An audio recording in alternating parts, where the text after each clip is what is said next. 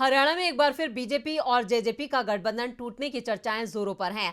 पिछले दिनों भी बीजेपी जेजेपी के नेताओं के बीच जुबानी जंग देखने को मिली थी, फिर बीच में मामला शांत पड़ता दिखाई दिया। दोनों पार्टियों के नेता गठबंधन में चुनाव लड़ने का दावा कर रहे थे, लेकिन अब जेजेपी ने कुछ ऐसा कहा है जिससे लगता है कि हरियाणा में बीजेपी की सरकार गिरने का संकट खड़ा हो गया है। क्या है पूरी खबर, देखते हैं ये रिपोर्ट। 3 राज्यों में बीजेपी को जीत मिलने के बाद उसे हरियाणा में जोरदार झटका लगता दिखाई दे रहा है। हरियाणा में बीजेपी की सरकार गिरने वाली है।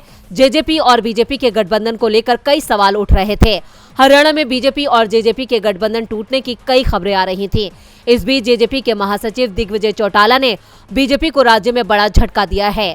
हरियाणा में अगले साल लोकसभा और विधानसभा चुनाव से पहले गठबंधन सरकार चला रही बीजेपी और जेजेपी के नेताओं की जुबानी जंग तेज हो गई है। जेजेपी राष्ट्रीय महासचिव दिग्विजय चौटाला ने मौजूदा डिप्टी सीएम दुष्यंत चौटाला को सीएम बनाने का दावा किया है। जेजेपी के महासचिव दिग्विजय चौटाला ने कहा, हमारा मिशन दुष्यंत चौटाला को हरियाणा का सीएम बनाना है। यानी जेजेपी ने साफ कर दिया है कि खट्टर या बीजेपी के नेतृत्व में अब वो चुनाव नहीं लड़ेगी। चुनाव दुष्यंत चौटाला के नेतृत्व में होगा और बीजेपी को ये स्वीकार नहीं है तो गठबंधन भी नहीं होगा। इसके जवाब में बीजेपी के पूर्व प्रदेश अध्यक्ष और मौजूदा राष्ट्रीय सचिव ओपी धनखड़ ने चुटकी ली है।